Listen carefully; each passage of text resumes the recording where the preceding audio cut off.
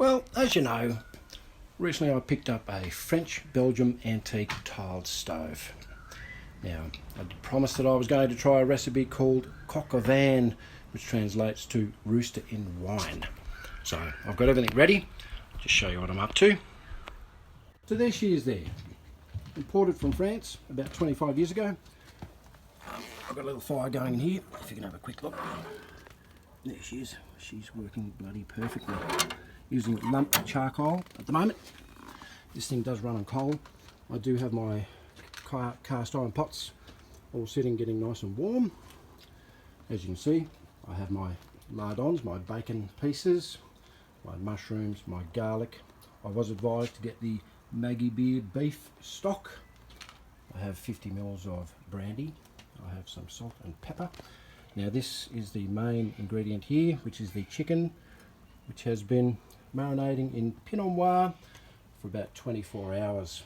We have our bouquet garni, or a mixture of herbs, and they're meant to be pearl onions, but I can only find that size there. So what I've got to do now is just strain all that off and dry the chicken, and I'll get back to you. See how we get on. So here we are after a little bit more preparation. We've taken our chicken out of our Pinot Noir. That's totally dry now. As they state, there's not meant to be any moisture on that at all, otherwise it just won't fry. We're about to fry that in this cast iron pot here, which should be getting nice and warm. Right here we're reducing our red wine. As you can see, I'm starting to get that little froth on the top, which I'm about to spoon off, and then I'll be letting that reduce. Here we have our Maggie Beer beef stock. Can't really see that. There you can. Yep. There you go. So as you can imagine, with an old wood stove, it's all about keeping this bloody thing running. She's still looking nice in there, so I think we're pretty good. Quick check of the oven temp. Yeah, we're miles off yet. But anyway, I've got still a bit of preparation to do. So next stage is frying off the chicken, and then we go to our mushrooms, garlic, and our lardons of pork.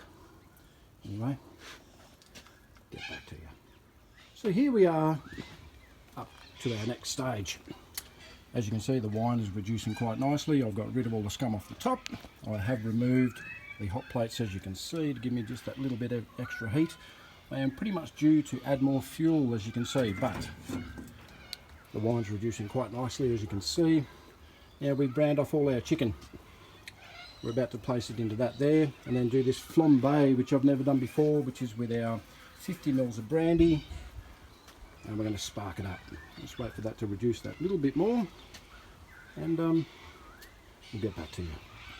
Rightio. So as I said a couple of minutes ago, I need to do a flambe. So as you can see, the chicken's gone into that casserole dish. I'm now getting my brandy, pouring that over the top. Ooh, quickly get a lighter. Oh, it's meant to... I'll use something else. Wait a minute. See if this thing will work. Maybe it's not hot enough, I'm not sure. Ready?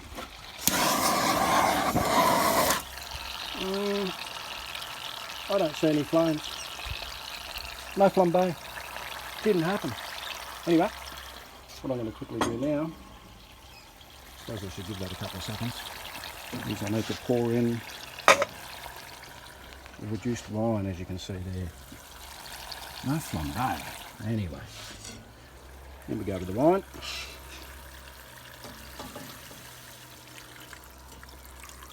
Getting there. Then we let that sit for about 10 minutes or so. Then we add our Maggie Beer chicken stock, and we chuck it down there. Anyway, no flambe. Maybe I'll get it next time. So here we are, up to another stage of this recipe. As you can see, if you can just see that, the casserole dish is in there with the chicken and the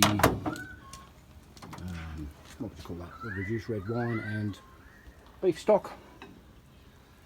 I have my pearl onions there, which have water, butter, and I think it's half a tablespoon of sugar. And I'm about to get these guys happening. Your mushrooms. Got to fry these off.